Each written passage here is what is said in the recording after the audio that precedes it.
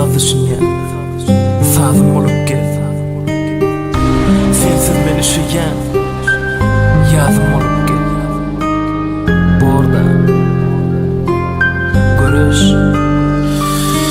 Ya şemal bolup sıypazam sen saçlarım.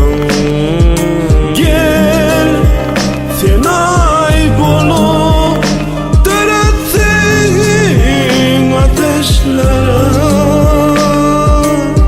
Yadın dönme, aylan yarlık ikimiz. Bırı can, bırı ten, bırı sen, bırı men. Sonra aslında koyma cümleli fikrimi sensiz gülme. Çünkü beni bağladı bırı den, bırı şen. Yakıllı sönüp gitse de o zor. Kim olup kalli, sevgiyini kalbimde pozor. Bedenine güç var, olma sevgimiz tozar. Görüş sevgimiz için vakti ursa da hazır. Görüş sevgimiz için gitmem nefte yönüm. Kahretme duygu barını. Sıva yarımı, söyleyen dildarımı. Görüş sevgimiz için gitmem nefte yönüm.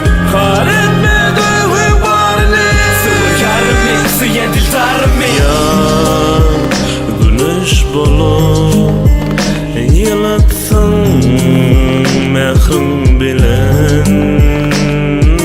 Gel bağdan bolup uçali kuşlar kimi. Kanatın bol oyun sevgi asmana uçroli. Kuroli baktığımız ikimiz üç olup. Gitme bağışla vakit bize görkezer. Bir zadi belli sevgi bakı deyiptir ömküler. Günlük hüdü ışıklar, günlük canlar. Biz şadi yanı kamgın görünyede adamlar. Ennim olsa göya kutordu sevgi mühleti. Görüş sevgimiz için kalbimde adın sönmedi. Görüş sevgimiz için gitmem nefte yönüm. Kahretme duygu barını. Sıva yarımı, söyleyen dildarımı. Görüş sevgimiz için gitmem nefte yönüm. Kahretme duygu barını.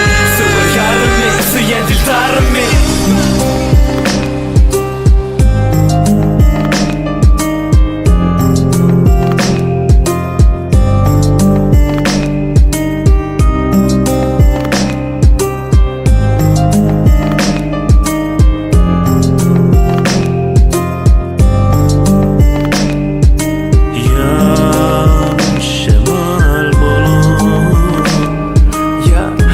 Sönmezizim sen şaman saçlarım sevgimiz için görüş sen beni taşlama. Gel